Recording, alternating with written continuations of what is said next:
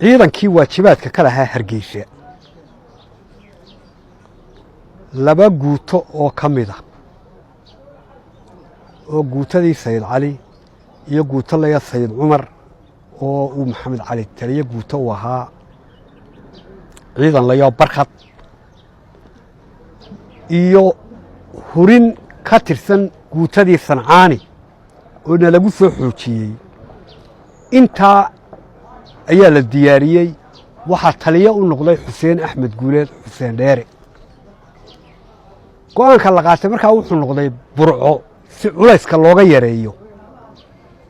in ciidankaas uu joojiyo ciidamadii ka imanayay galbeedka ciidanka qaybtii la xelaatana 4 gaas buu ahaado gaaska saddexaad oo Burca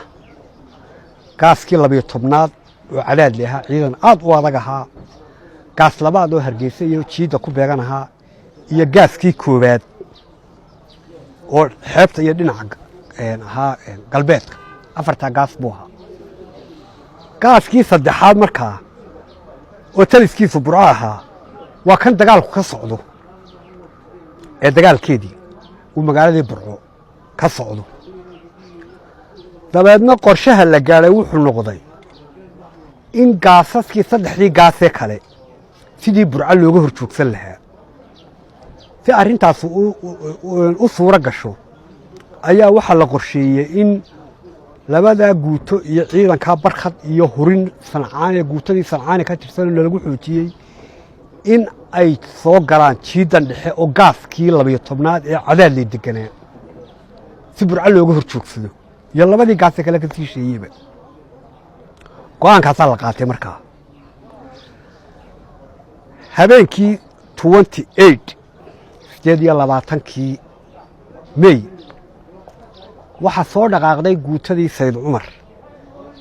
ee uu Maxamed Cali taliye u ahaa qorshuhu waxa markay xuduudda soo gaaraan ee xadka saa uga soo talaabaan in baabuurtu indhaha wada shidato dabeedna ciidamadii jiida deganaa jiidaha hore iyo talifyadoodii dambe inay ka daba yimaadaanoo ciidanka yagan habeenkii gudaya inayaguna yahaan la soo dhaafiyo qoladii kalena soo dhaafto ay ciidankaas xoogoodu uu ka daba yimaado ciidankaaga soo raaco markii gabalku dhacay xuduudda ka soo talaabay indhuhu shitay ciidan waliba wuxuu yaa waa kuwan way ku soo socdaan ka hortay in soo dhaafay ka daba kaalo cutub waliba ciidan kastoo saldhig deganaaba qayb ka mid ah baa ciidankaas soo daba gashay ciidan walba markuu xerada ku soo dhow yahay buu ka baydhaa dabeedna wuu qardajeexayaa dabeedna qaybo ka mid ah ciidankaas ka daba yimaado soo daba gala kolayo dheer bay noqotay markaa ciidanba ciidan ayuu soo daba gala sidii la isu soo baacsanayay la isu daba guurayay salaadii subax ayaa ciidankaas wuxuu galay meesha layo debis buu degay debis buu baabuurtii kaga daatay halkaas markaa difaaciisi ka galay ciidamadii daba socday halkaas dagaal ku qabsaday markaa dagaalkii ka bilowday waa 28 waa guutadii Sayid Cumar markaa Maxamed Cali bataliye guuto ka maalintii oo dhan baa markaa halkaa dagaalkii ka socday subaxa 29 oo 6dii subaxnimo ah ayaan anaguna xuduudda ka soo boodnay ciidamadii markaa na hor joogay ciidan walba qayb ka mid ah ayaa habeenkii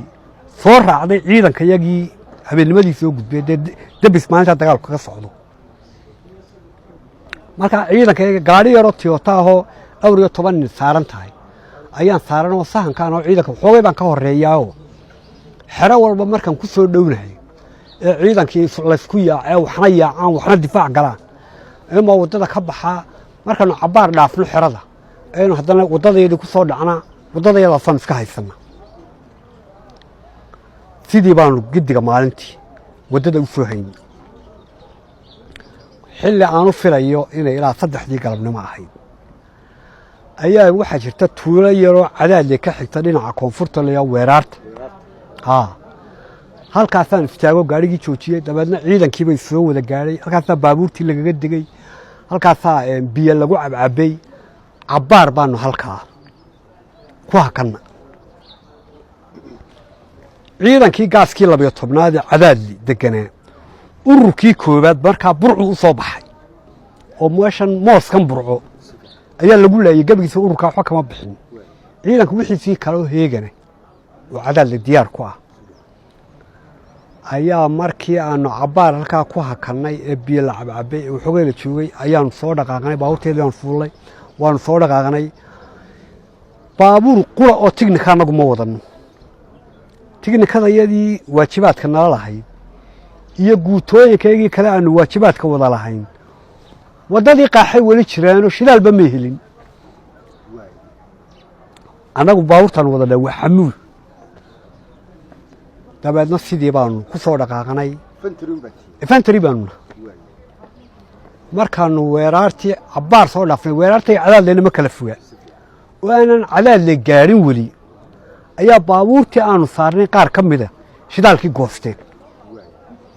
halkaas markaa baabuurtii lagaga daatay nin waliba cagihiisa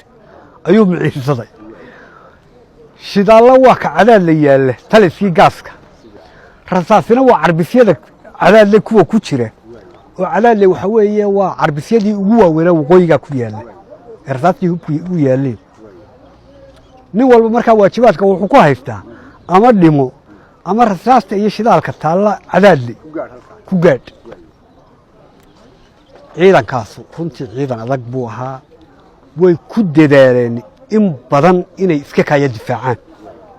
idinkuna xal kale ma haysan annaguna xal kale iyo meel la istaago iyo waabashu ma jirto difaac adag bay galeen wax allaala wixii la hayay hadday madfac tahay hadday baabuur tignika tahay hadday qordi small armies tahay wax allaala wixii ay hayeen bay isticmaaleen iyagoo ku dadaalaya inay joojiyaan weerarkan nimankaas waxay haysteen mooyeen wax kale ma haysan wax kale oo noo meel yaalla waanu ku tashanaynaa ma jirto ciidankaasi intii ibni aadan dadaali karayay ayay ku dadaaleen inay hakiyaan weerarkayaga balse waxba alla kama tarin